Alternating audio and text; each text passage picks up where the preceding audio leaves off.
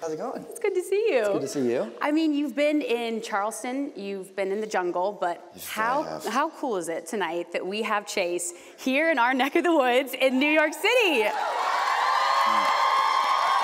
Thank you. Yeah, this is like an institution. This is literally a bucket list thing for me. So thank you guys, first of all, for coming out and being here tonight. Now, do you get to come to New York a lot? Like, when was the last time you were here? I was literally here like 3 weeks ago. Oh, so you're here often. Yeah. I love New York. New York is kind of the place I like to go to run away and frolic through Central Park and kind of get in touch with myself and do what artists do. I don't know. I feel like New York is the place for artists. So, yeah, there we go. Some fellow artists out there. I love that. You also had like a quintessential New York experience. You were on the Tonight Show with Jimmy Fallon. I was. If you guys have seen that indeed. episode, which is, I mean, that's amazing. How was that experience? What was that like? Jimmy's the man. He's such a good dude, and that, again, was another bucket list piece for me, and I told arguably the most insane story I could have ever told. There's a few in there. Yeah, it was a blast. We had a good time.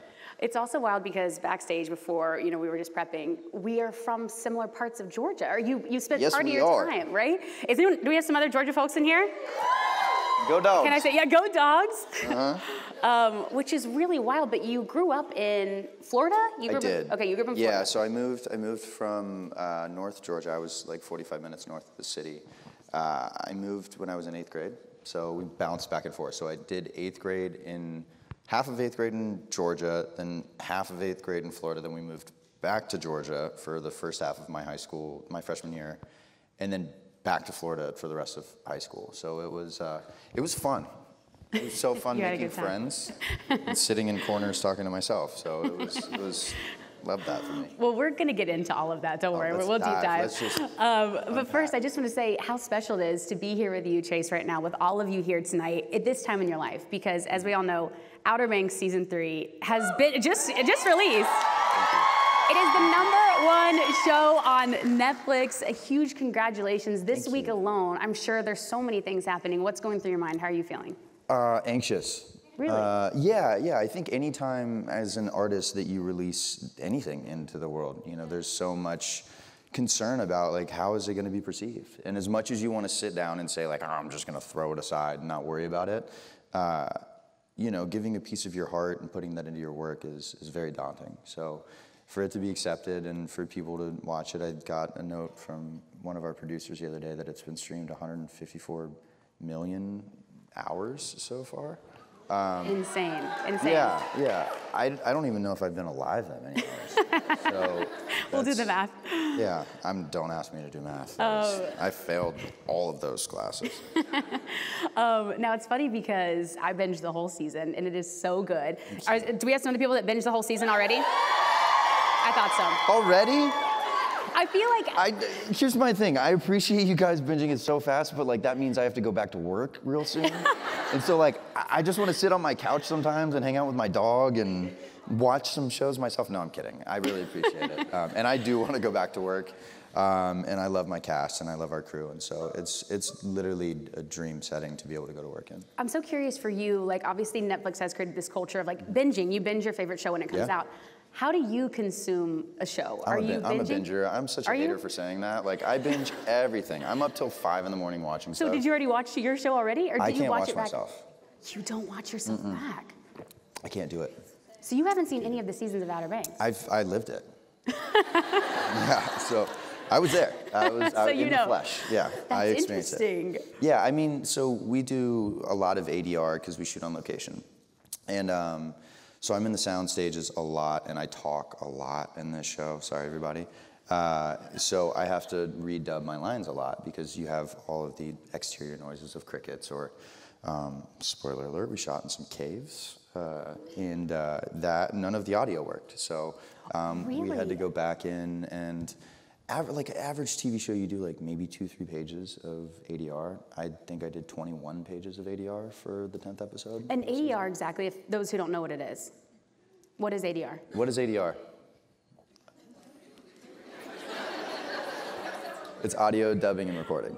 Audio, dubbing, and recording. Yeah, so it's where like if any of the audio gets washed out, whether it be from noise from the locations or just a mic in a bad spot, you have to go in and dub the line, which sometimes as an actor can be daunting because trying to find that performance again.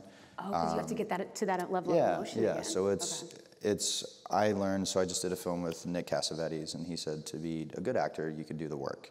But to be a great actor, you have to learn how to do the work, do ADR, and promote a show. So I took that to heart. And here we are. And here we are, y'all. Take me back to season 3, first day on set. You walk on set. What is that vibe like? What is the general emotion of everyone there? So the first day of season 3 was actually in Barbados. So really? Okay. We all reconnected. I mean, we have a very, very active group chat with the cast. And we got in the scripts, and we get sort of a brief overline of the season, or outline, not an overline. And we were talking about it, and the first episode's crazy, and there's these huge set pieces. So our first thought was like, how the hell are we gonna do this? Like how a plane crash, all of these chase sequences and whatnot, and then you get to this place, and Barbados is literally, I said the line 1,000 times, so I feel like an idiot saying it out loud now, but it is paradise on earth. Like Barbados is paradise on earth. Yeah, it is. So we've gotten really close with the people in Barbados, and we hire a lot of local crew. We work with a lot of local businesses to make sure that we're helping the local economy. And so we got back, and we got there, and it was like, it's gonna work. It's gonna work. So it's always a beautiful reunion with my cast and with our crew, and it's a huge family. Like our showrunners who created the show, our first AD lives 2 minutes away from him in Wilmington, North Carolina. Our DP and our A-camera operator lives 4 minutes away.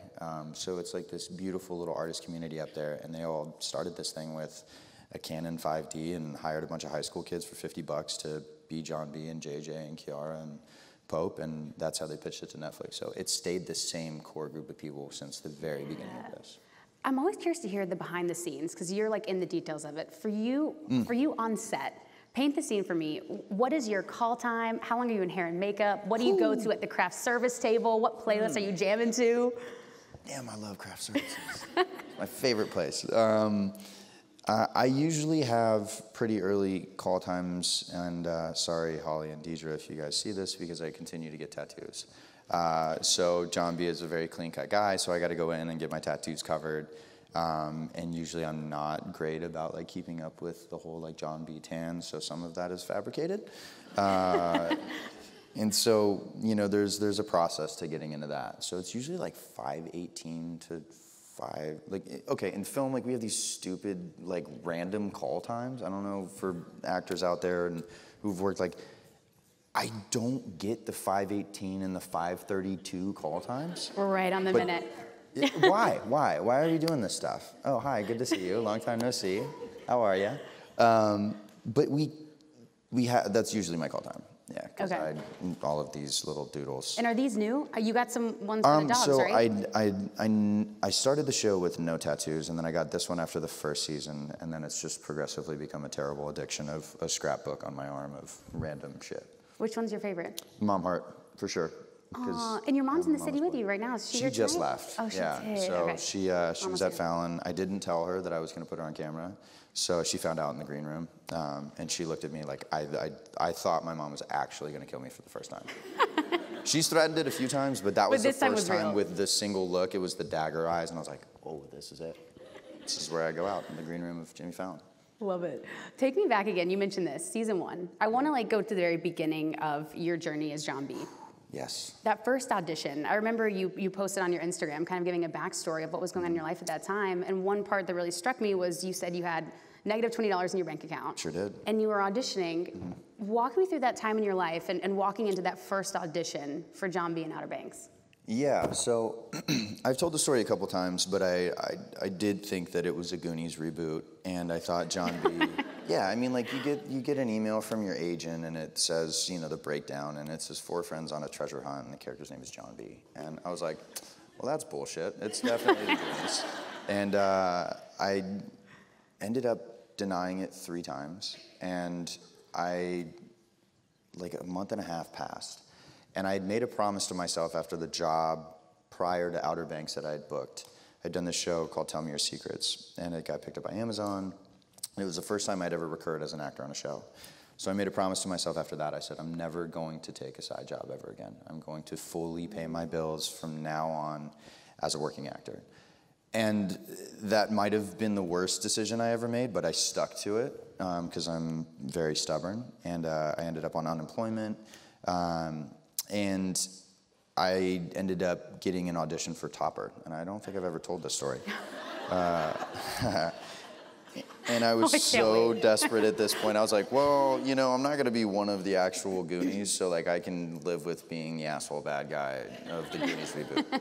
And I bombed the audition. Like terrible, terrible, top 5 worst auditions I've ever done. Really? What do you think it was? It was... one of my life mottos is failure to prepare is preparing to fail. And I failed to prepare. Like I just went into it blind, and I was like looking at my sides as I'm talking to the casting director, and I was like, I'm sorry, this is terrible. I'm just gonna leave. And I did. I literally walked out. And I got a call, I think 3 weeks later, from a casting director on the East Coast. Her name is Lisa Fincannon. She booked me my first job ever before I ever moved to LA. And she goes, and she calls me her son, and we are very, very close now. She goes, son, it's not the damn Goonies. And I was like, I love you to death, Miss Lisa, but it's the Goonies. Miss Lisa. And she goes, I'm gonna send you the pilot, you read it, and then call me back in 20 minutes and tell me if it's the Goonies. And so I did, and I called her back, and I was like, it's not the Goonies. And she goes, okay, so I need you to read for this. And I said, okay, and it was a Wednesday.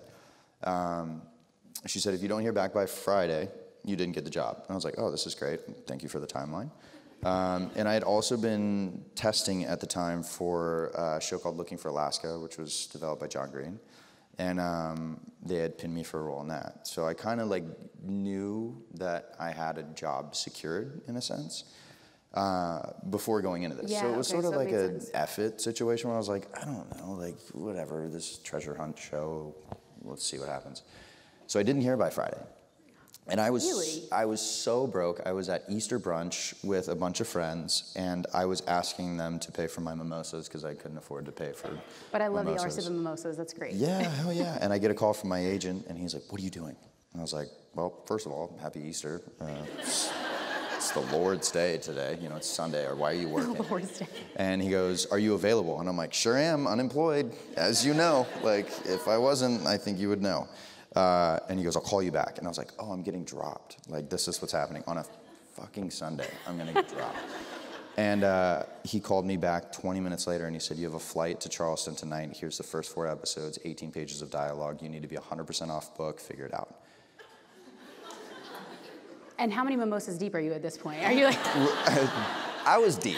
I'm not, you know, anticipating anything. I was supposed to know by Friday. So I get my flight itinerary. I'm in 33B, which is the very back row of the plane, the one seat that doesn't recline, on a red eye. On a red eye. Like, Jonas Pate, who created the show, like, that was so screwed up of you to do that to me. And I got off the plane, and I go to call an Uber. And at that point in my life, like, I was living not even paycheck to paycheck. It was like dollar to dollar. And I knew in the back of my head that I was on E. Like, I'd been driving with the gas tank, you know, with the gas light on for a while. And I'd maxed out every credit card that I had, defaulted on 2 of them. And I was just like, please, please, please, please, please, please, please don't, like, help me out right now, universe. And the Uber didn't go through. And I had to do the old, you know, Face ID on the banking app. And it was like negative $23.68. Wow. And I was like, oh, shit. Okay, all right. Someone dropped the mic back there. Drop. Boom. And so I called my mom with a face full of tears, and I was like, I'm in Charleston. I'm here to do this. And I was just, I didn't make any sense. Like, I asked her about it afterwards. And she was like, first of all, why are you in Charleston?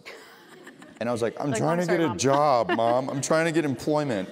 And she's like, you're trying to act in Charleston? Like, what is this, like community theater or like... A full detour? I'm like, Mom, I just need like a little bit of cash to get to this audition. So she Venmoed me $100, and then that's what got me to the audition. And then I read, and they liked me enough to call me back. And so Jonas said, hey, come back tomorrow. We'll go over the material. And the day after that, we're going to do the network test, which is where all the Netflix executives come in and they basically grill you and tell you whether you suck as an actor or not. And so I was like, okay, cool, this is great. Also, can I borrow like $20 to get back to the hotel and like maybe get a Subway sandwich? And Jonas looked at me like I was an absolute idiot, but he was like, yeah, dude, yeah, 20 bucks. I was like, actually, like, let's not do cash. Can you just call me an Uber? And so he did. He got me back to the hotel. I show up the next day in a hoodie, a literal Thrasher hoodie and jeans. And he lied to me. It was the network test. I was not there to prep for the network test, and he comes up to me and goes, hey, I know you're probably mad at me, but hear me out. I didn't want you to overthink it, so just go do your thing and have fun. I'm like, eat shit, dude. Like, no, this is not fun. So I walk in, and I just recently told the story about how I bombed the audition for Steve Harrington and Stranger Things. I was going to ask you about that because I saw that too. Ooh, oh God, that was brutal. But I can see like a little Steve vibe in there. Joe is so good as Steve. Yeah. Like, I could never and never ever would touch that role, and he's deserving beyond measure to play that part. Yeah, so Joe, the best. Shout out Joe. And so I walk in the room, and it's the same executives from Stranger Things who are all there, who I fully bombed and didn't say a word in the audition with. And I was like, oh, I'm not getting this job either. Like, Mom, coming back unemployed, here we go, round 2. And so I went in and I did the first couple reads, and the way that it operated is we were there for like 4 hours doing mixing and matching and different characters playing different roles.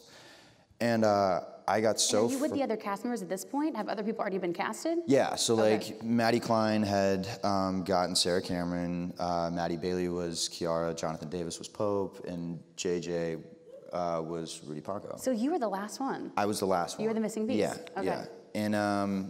And so I got so frustrated during one of the reads that I walked out of the audition room. And I sat in front of the production office, and I was a mess. I was just like, I don't think I'm meant to do this. I genuinely think that I've duped myself, and I've spent the last 5 years in LA chasing a dream that is not obtainable anymore. And by the grace of the universe, bless you, Jonas walked out. Jonas walked out of the production office, and he saw me sitting on the curb, and I was, yet again, I'm a vulnerable human being. I'm a Virgo. I'm super sensitive. Are you? Oh, I can see that. We get some cheers. And he looked at me and he said, I don't know what you're going through right now, and I don't want to ask, but that person right there is who I want to work with. And he goes, so whatever version of this that you can bring into the room and do again, I know it sucks, and I'm sorry to ask you to be this vulnerable, but I want this guy. Wow. And so I went in, and I did what I could with what I had available. Did you feel like at that point you had tapped into a different part? No, I totally thought I lost a job. And so I get in the car with Rudy. Rudy was sitting in the front seat of this Uber, and it was a maroon Hyundai. I'll never forget it. And Rudy gets a phone call, and it was the other kid who was actually reading for John B at the time. And we're both in the back, obviously, because I didn't have money to get my own Uber. And Rudy gets a call, and he goes, okay, great. And he hangs up, and I'm like, well, Rudy obviously got the job. And my phone rings, and I pick it up, and it's Jonas, and he goes, dude, you got the fucking job, congratulations, like, go get super tan, and blah, blah, blah. And so I hung up the phone. I hung up on him. And the kid Because what, you just didn't believe it? You're like, no way? No, because the other kid who was also reading for John B was sitting next to me. Oh, shoot. So he looks at me, and he goes, so was that the call? And I was like, nah. No, that was stuff, other stuff. And all I see is Rudy just from the front seat just go like. And that's where the journey started. Oh my God! What a story. Yeah. And then Rudy and I moved in together, and he used a butter knife to try to get Sharpie off of the washing machine. Rudy's from Alaska. I don't know if anybody knows that. So there's a lot of life skills and learning and trials and tribulations with that boy. Wow. Love him to death. So now, okay, so many things to ask about that, but I want to... Let's unpack. Let's unpack a lot of that. Season 1, and then I want to go into like personal Chase, because season 1, you do the show, you realize that this is like a huge phenomenon when? When did you realize you're like, okay, things are actually about to really start changing for me? Oh God, not for a while. So we finished the show, and I think we all knew that we had done something special, and we had this beautiful experience together. But we didn't know at the time how the world was going to perceive it, because it was something that hadn't been done in a while. You know, in the 90s and the 80s, the treasure hunt phenomenon was very prominent. But even going back and looking at like the Star Wars world of adventure, like the adventure genre had really sort of dwindled. So we just sort of took it and said like, this was pretty cool, and we all got a paycheck, so we're not unemployed anymore, and maybe it's a great resume piece. And I remember, and I won't say names, but there was a person that I thought was a friend of mine at the time, and I got back to LA, and we had gotten the screeners, so I showed him the pilot, and this was before the show had come out. This was like 3 weeks before him, and he said, I think this is a great stepping stone for you. Ooh. Ooh. And that person is no longer a working actor. Bye. And who's on the 92nd Street Y stage tonight? And that's, listen, like that is not any disrespect to, you know, anybody who makes the jump to try to be a working actor. It is ebbs and flows all the time, and I'm super lucky to be in a situation to where I am a working actor, because it is a phenomenon and it is an anomaly. So that's no disrespect to that. But I remember hearing him say that in person and shaking my hand and walking me out of his apartment and being like, maybe he's right. Oof. Maybe he is right. Maybe this is just a one and done. And then we did press, and we had done press with like 13 Reasons Why, and this was like pre-pandemic, and all of these other shows. And I remember there was one show in particular that is now no longer on the platform, and they had done a lot more than we had done. And so we were all kind of sitting there saying like, oh, okay, well, shit. Well, we'll see what happens. And so the show came out, and it took off. And the only metric that we had was social media, because now at this point, the whole world had been locked down. And we were getting messages, and everybody online was saying we love the show, and it's, you know, been our saving grace through this period of time. And it was beautiful to see and beautiful to hear, but there was no metric to say like, oh, is this translating to viewership? Is this translating? So you really didn't know at this point how well it was doing? No, and so it was like 4 or 5 months after the show had come out, and Drew Starkey, who plays the psychotic Rafe, yes. Please, Drew Starkey is one of the most talented actors of our generation. I'm calling it now. He will work forever and ever, amen. And I love the boy to death. We were drinking a bottle of Wild Turkey, which is the shittiest whiskey on planet Earth. Oh my God. And it was peak pandemic, and I remember so specifically, my hair was obnoxiously long, and I had it in a front bun like this, and we were hammered. And I looked at him and I said, dude, I think I might start doing Uber Eats. And he was like, yeah, me too. And so we made a pact at that point of time. We were like, dude, if this keeps going on and the show doesn't get picked up, like I gotta get a side job. That's insane, and it had already been out for that long. Yeah, and so like you'd seen I suck at social media and I hate it a lot, but like you had seen like the followers and the engagement all change, and we didn't really know how that translated to anything. So I was like, there's people here on this stupid cell phone thing, but like, does that mean that we're gonna get another season? Like, I love the fact that people are invested in the show, but like we had no idea how to translate that to what was going on. And then Jonas called us because we were all quarantining together, and he's like, we got picked up and we're gonna be the first show back during the pandemic, and we're basically the test tube baby for that. I was like, what does that mean? He's like, we're doing another season. And I was like, oh, thank God. Like, whew. So I don't think we knew that the show was going to have a run until maybe 6 months after it premiered. And now, isn't it wild? Season 4 is happening. That's insane. Yeah. Season 4 is happening. Yeah. Was that? It's just wild that like to go from that to now to see, all the success of the show, to see all these faces out here tonight. People love you as John B. Yeah. And I wanted to ask too. We shared the story backstage of the first time you got your first artist paycheck. Woo! Screwed that one up. Good God. What went down with that first paycheck you got? So, when you move locations as an actor, you get a relocation fee. And that's supposed to help you with getting your stuff from where you live to a new location, usually rent on, a relocated apartment. And so I did that, and we, took care of those things. And then my first day of work, you fill out your start paperwork. And I just ran through the W-2s and all the shit, because they were like, we need to get them on set immediately. And I'm like, fuck, I don't even know how to act. And like, I've got money shit happening, and like, they're yelling in other people's ears about getting me there. So I just went through it all. And so, you get paid bi-weekly like anything else. And I remember getting a paper paycheck because it was before I'd set up like the, direct deposit.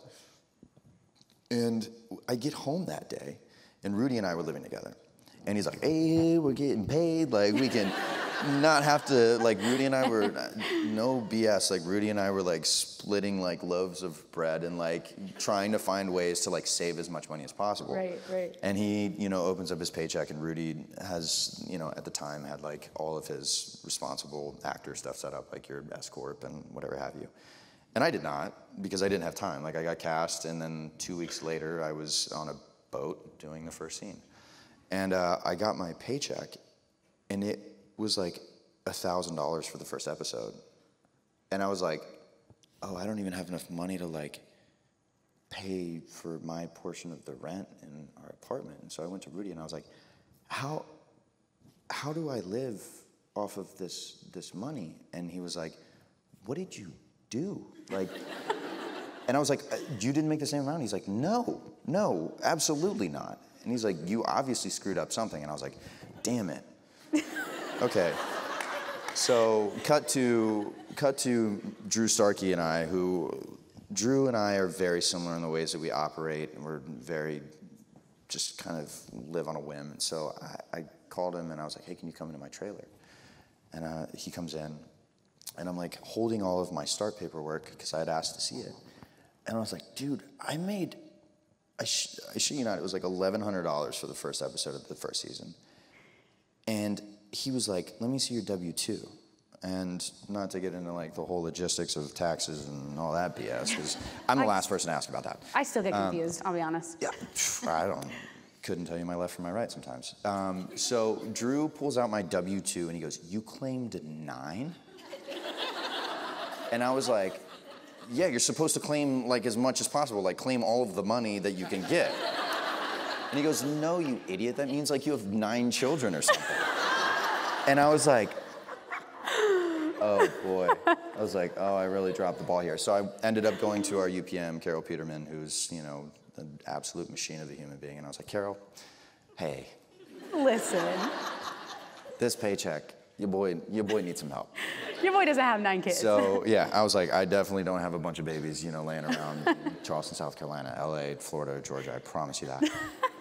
And so we ended up switching all my stuff, and, I did it right after the first episode. But I still get shit from my cast members to this day about claiming 9 children on my W-2. So just don't, just claim 1. Watch out for those W-2s. Just you.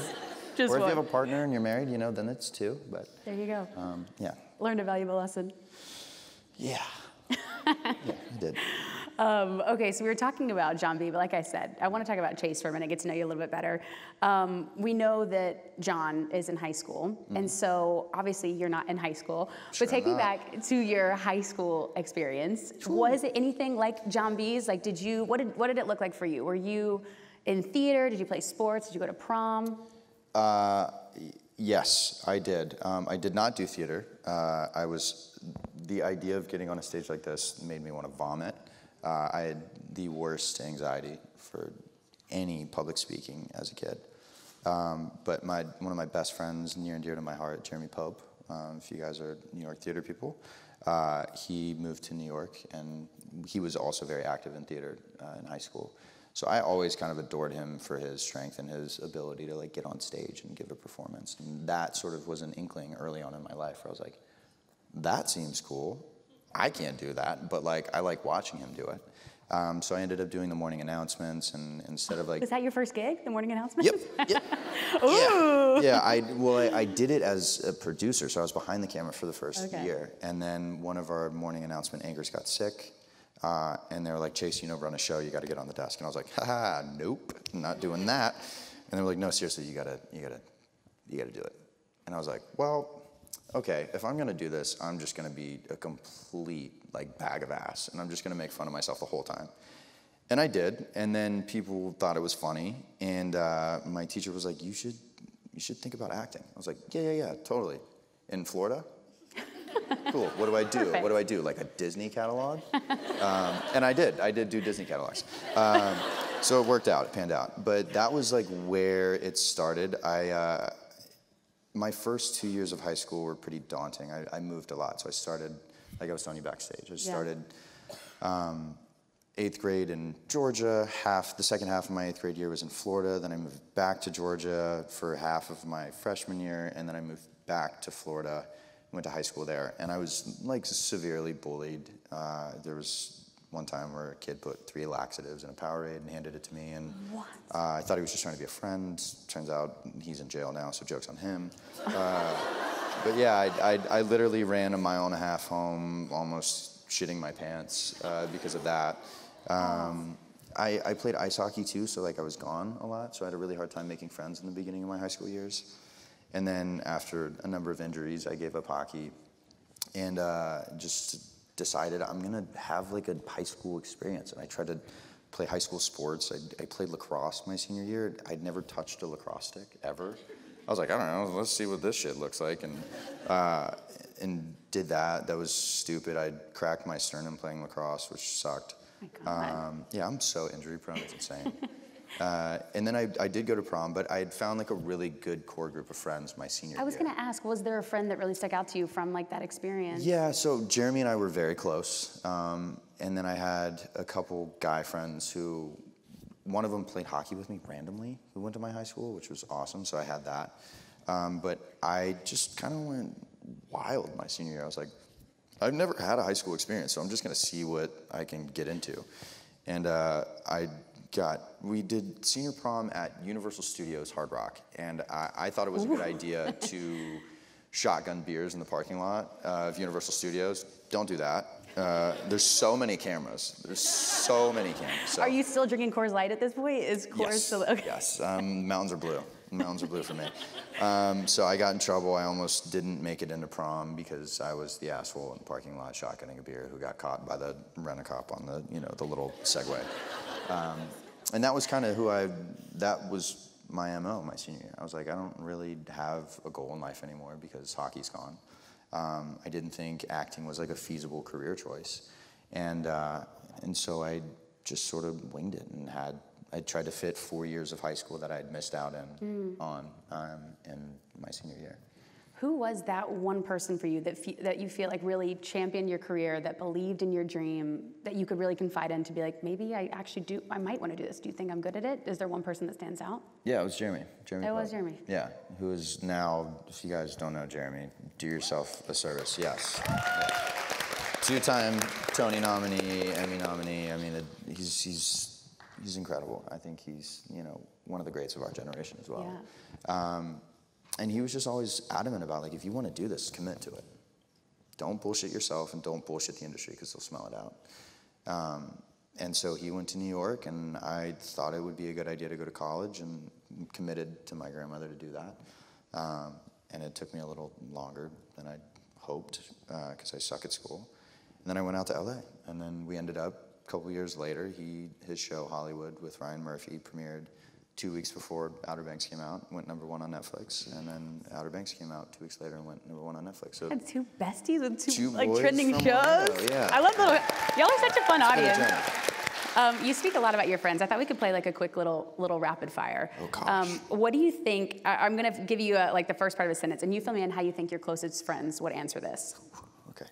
Chase is the best at breaking bones. Chase is the best at breaking bones. Yeah. Chase is the worst at Chase is the worst at a lot of things. A lot of things. Doing taxes, W-2s. Yeah, W-2s, math.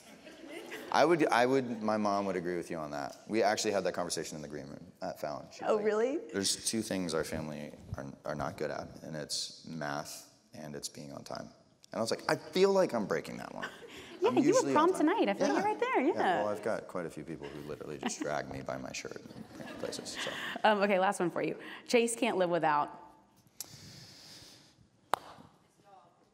Yes, aww. My baby boy.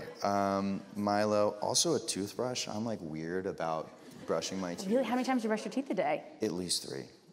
Yeah. After every meal, you're in there? Yeah, and that's like, I think my mom, that is just ingrained in my brain. She's like, brush your damn fucking teeth. Your mom sounds like a legend. You bring her back next time. Oh yeah, as everybody backstage was like, your mom's pretty awesome. I'm like, yeah.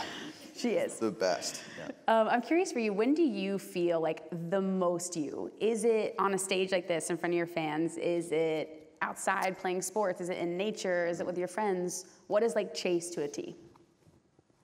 Not to gas my mom up anymore, but with your mom? Yeah, like sitting down with my mom. That's my safe space. Yeah, I'm a mama's boy. I was raised by my mother. We're all sobbing. We're all crying. I know, me too.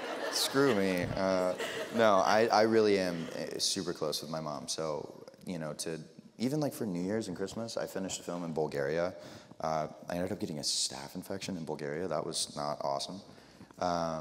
I literally got back, went to Charleston, picked up my dog, got in my car, drove straight to my mom's house, and didn't leave for 3 weeks.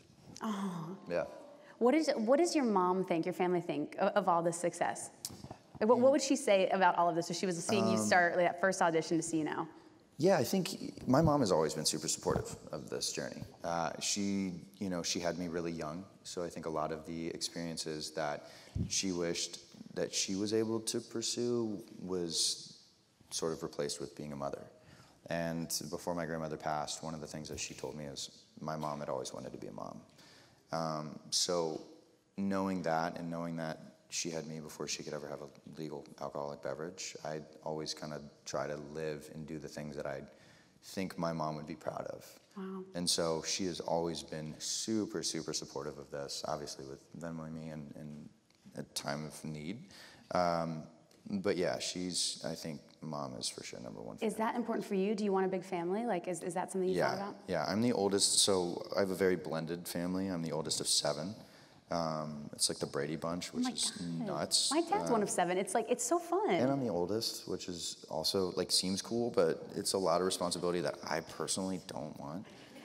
You don't seem like the oldest child to me either. I don't act and I mean like that in the nicest way. I'm 30 years old going on 14. And I like that about myself. But so it's a big responsibility, but I take it on. Yeah, okay, well, listen, I know we're getting back to what's on everyone's mind, Outer Banks Season 3. Are y'all still with us? You're all still feeling good? We got a stack of some fan questions. So, Chase, are you ready to answer some fan questions? Yeah. Okay, here we go. I think so. Let me just dive back into the psyche and remember things. Chase, what is the best piece of advice you've ever received from a cast or crew member during your time on Outer Banks? Love, Caroline. Thanks, Caroline, for that question. Thanks, Caroline. Yeah. All right, Caroline, yes. Come on, girl. So this is actually a fun story that has to do with season 3, but it was one of the first conversations Rudy and I ever had before we rolled cameras. So the tagline this season was nothing to lose. But that came from Rudy and I before we started the show. And Rudy and I looked at each other and we said, you know what? We don't know where this is going to go. We can't predict the outcome. But every day, let's go to work like we've got nothing to lose. And so to my baby boy, Rudy, that is the best piece of advice that I've gotten. Nothing Rudy! To lose. Yeah, one time for the one time. By the way, can I just say, I know we've been talking a lot about the fans, but thank you guys so much for being here. I mean, I got so many DMs. Thank Some of you guys guys drove from Cleveland, even from all over the city. From Cleveland? I mean, this is just crazy. So we love these fan questions. I've been to Cleveland. Okay, so are you ready for the next one, Chase? Let's do it. What was the biggest challenge you faced filming season 3 that you haven't faced before from any? Thanks, Emmy. Oh God, being trapped in a cave underground for 12 hours a day? Were those long days? I mean. Yeah. Like you come up for lunch and that's it. You hit the crafty table? Yeah, or our crafty, this dude named Shu, and he's like the biggest Grateful Dead guy on planet Earth. And I would like walk up to him and I'd be like, Shu, I'm not good. But yeah, that was a lot. You know, it was none of it was visual effects. It was all practical. I felt like a Walmart Alex Honnold trying to climb a lot of those places. And it was 42 days, so, you know, 24 hours total that we spent underground. How do you physically train for some of these scenes? I mean, they're no joke. You just go in. You just gotta kind of shoot right into it. And just say a prayer to whatever higher power you believe in and hang on tight. It was really the method of the madness. Just kidding, SAG. That's not true. We are fully prepared and fully equipped to do these jobs. Love you, Screen. Spilling all the tea tonight. Luke wants to know who the funniest is on set. That's a good question, because I feel like you guys have a lot of fun outside. Jonathan Davis is one of the funniest human beings on planet Earth. For sure, yes. Yes. And the sleeper choice would be Mr. Austin North. Ooh. Yes. Yeah, we're very lucky. We've got a bunch of really, really funny people that we work with. And it's hard to get shit done sometimes when the jokes start cracking. And our first AD will be like, can we shoot a TV show? And we're like, 1 second. We gotta Give us a minute. Who's most likely to like make you break character when you're in a scene? Oh, who makes you laugh? Rudy and I, for sure. So like there's a whole episode this season where it's sort of the JJ and John B dumbassery. And it was so hard to keep it serious. And there's so many moments that when you go back and watch it, Rudy and I, that's the one episode that I did watch. There's so much improv in that. And there's so much shit in there that was just me and Rudy, like in the fringe of it. What was that? I have a Samsung. You have a Samsung, yeah. What? Oh, well, I need to go back and watch it a little more, in depth. No, there's one bit where like we're in a U-Haul and I'm trying to like navigate the map, and come again? What? Oh, the don't wave to the cops. Yeah. So we're looking at this map, and he rips out a piece of the page of the map, and ironically, it's the state of North Carolina. Like it was like a David Blaine bit. He literally yanks the map, and the only page I'm holding is the actual state of North Carolina in a full U.S. map. And I'm like, no fucking way this just happened. And we stayed in the take, and I handed it to him, and they only used a piece of it. But they yelled cut, and I had to climb out of the side because there was a camera mounted. And I was like, that was the craziest shit I've ever experienced as an actor. And he was like, okay. But yeah, that episode, Rudy and I think a blooper reel is coming soon. How much of the season is improv versus like fully scripted? I don't know. Netflix will kill me if I say something like that. I would say there's a lot of, our writers are so great with giving us such a good grounded script. So usually what happens is we'll go and we'll do it on book. And then we'll find moments as we progress through the blocking of the scene and as we get into coverage, and we'll find like these little bits and bobs that will become these improv bits. And you never really know what's going to make the show. Obviously, that's not our job. But you get into the ADR studio and you look at it and you're like, oh, well, that was improv. So a lot of it is. But the story itself, there's no way you can improv the history of El Dorado or the Cross of Santo Domingo. Imagine, that's just off the top of your head. Rudy's like, what if? El Dorado. Justine wants to know if you could pick to be any other character on the show besides John B, who would you pick and why? I want a Topper redemption for that audition. No, I don't want to be Rafe. He's a psychopath. I love the cheers after that. I appreciate it. Yeah. Y'all funny. And Drew's too good at that. I would say the character that I would love, Barry's a close second, but it's... Wow, you guys are just spewing them. It would be Deputy Shoop. Oh. Colin Moss. He's also one of the funniest dudes on Really? Earth. Oh my gosh, he does an improv show in Charleston, and we consistently go see him throughout the seasons, and we have since the beginning. Holy shit, I've never cried laughing so much so as I have at his improv shows. He's one of the funniest human beings on planet Earth. I love that. Yeah. We also had a question about South Carolina. Arabella is from South Carolina. Where in Charleston was your favorite place to film? The Chateau. So the Chateau is, oh, sorry, Mike. The Chateau is on James Island, for those who have been to South Carolina. And that was just such a staple piece of the show, and has been. And I think Madison recently told the story about Jonas locked us in the Chateau with some adult beverages and pizzas and slingshots. And we stayed the night and woke up the next morning, and I had a camera test, which sucked because I was super hungover. That seems to be a theme, the camera test right after. Because maybe that helps. Yeah, no. No. But that location, there's been so many memories and so many just specific moments throughout the course of these 30 episodes, and outside of it too. During COVID, that was one of the only places where we could go and be outside and have gatherings. So a lot of beautiful memories there, and it was also Milo's favorite place to go, so I would take him in between seasons and run down the dock and run through the yard, and I randomly ran into the people who owned it with Milo running through their yard, and they were like, "Can you stop trespassing on this?" And I was like, "I'm so sorry, I kind of live here too." Watch Outer Banks. They were like, "Are you John B?" And I was like, "'Tis I." What percentage of people now call you Chase versus John B? Ooh. It's always John B, not John. Yeah, a lot. I would say in public, probably 80 to 90% of the time it's John B. Really? Yes. Which I love, honestly. Yeah, because I think as an artist, when your character takes the forefront versus yourself, then you service the character, you know? Is it also freeing in a way, I guess, too? It's like you kind of don't have to be as close about Chase being out there? I mean, I put myself out there. I'm guilty of that.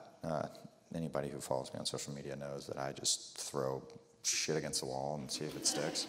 But no, I think as an artist, anytime that your work is recognized over yourself, that's a very freeing and gratifying experience. So the fact that John B lives in front of Chase right now, I'll take that and run with it, because that means the character's alive. I love that. Yes. We also had, so Evan had an acting question, actually.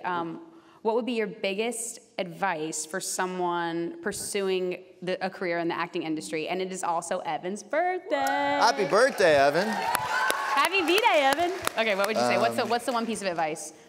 Maybe that you even wish that you had when you were starting? There is no failure, there's just happy mistakes. Don't worry about, I think we get so caught up with the idea, especially in the audition process, of booking a job, right? The booking of the job is the cherry on top, but as an artist, getting in the room, finding your vulnerability, and being able to put down a performance against a blank wall with random people is a feat in itself. So learn to pat yourself on the back, learn to champion yourself early on.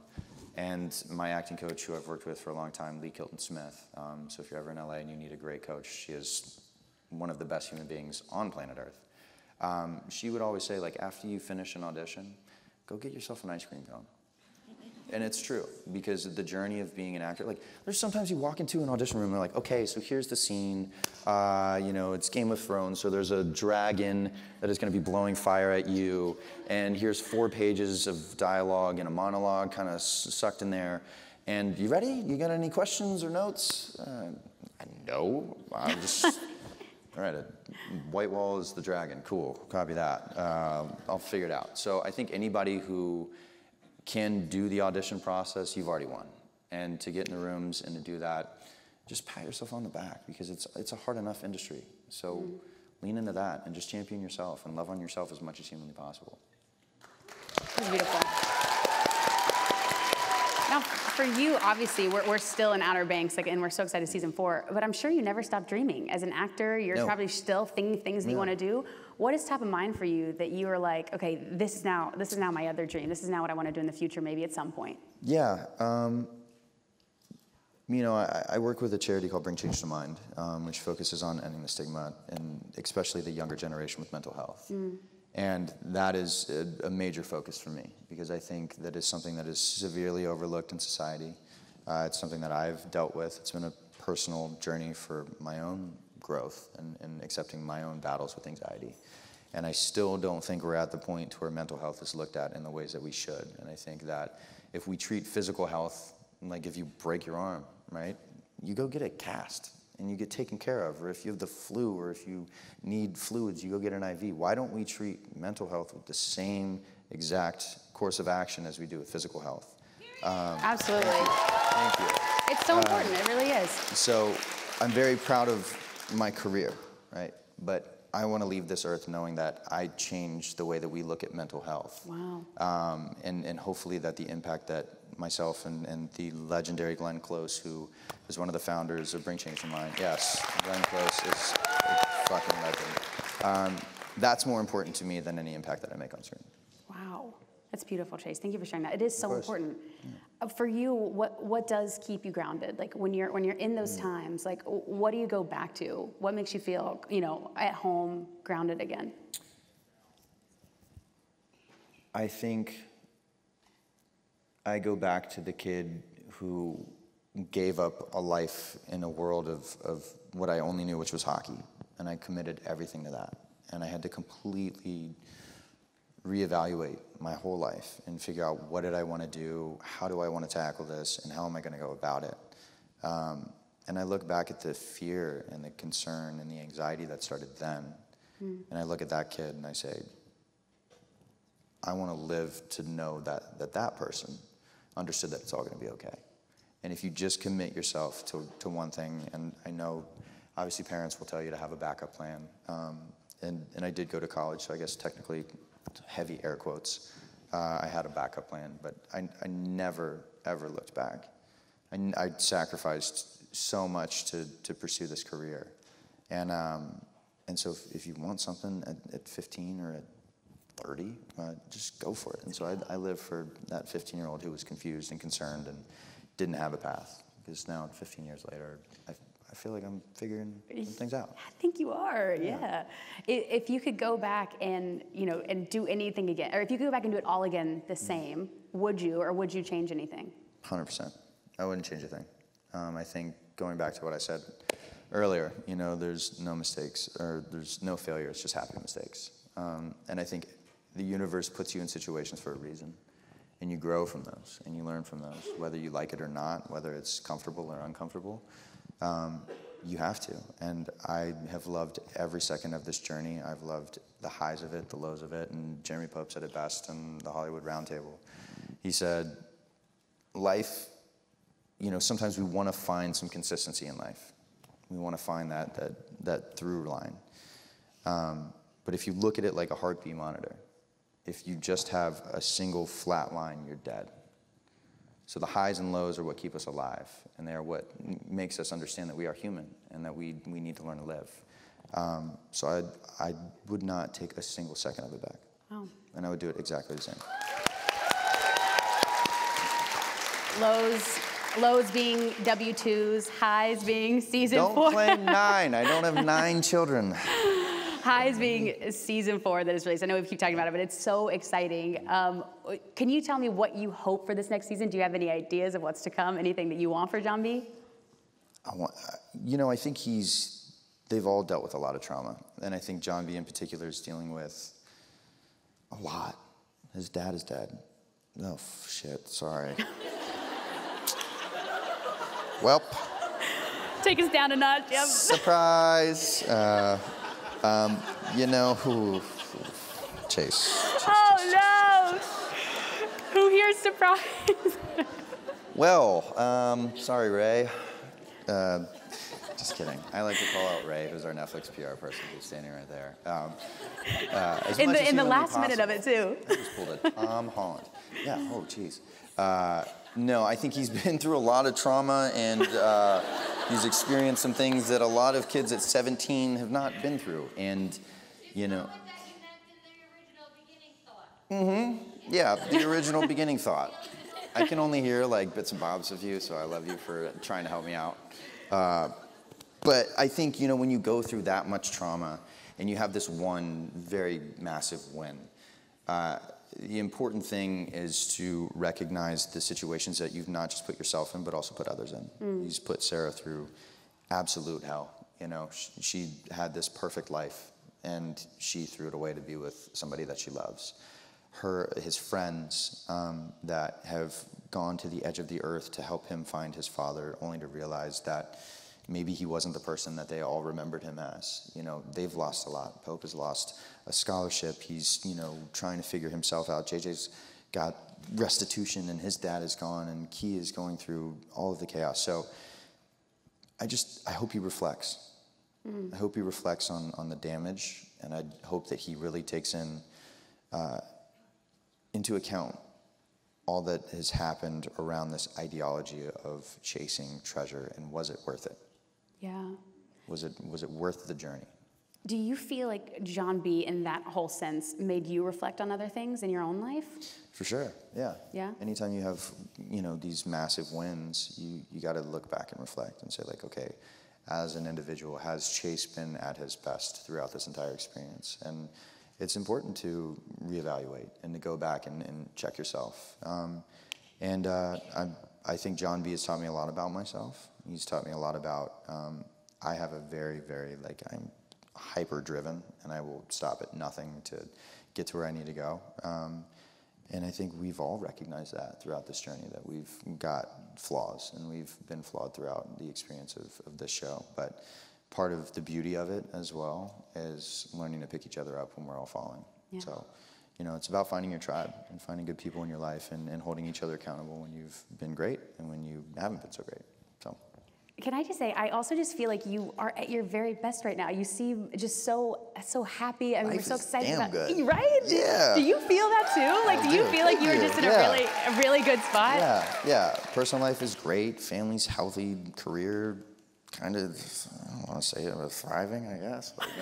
Like, I'm employed, so it's, you know, like going back 4.5 years ago to have a dream to just like work on a set, to finishing 3 films and doing my 4th or 3rd season of TV. We have not filmed the 4th season, I swear to God. Don't turn that into a TikTok.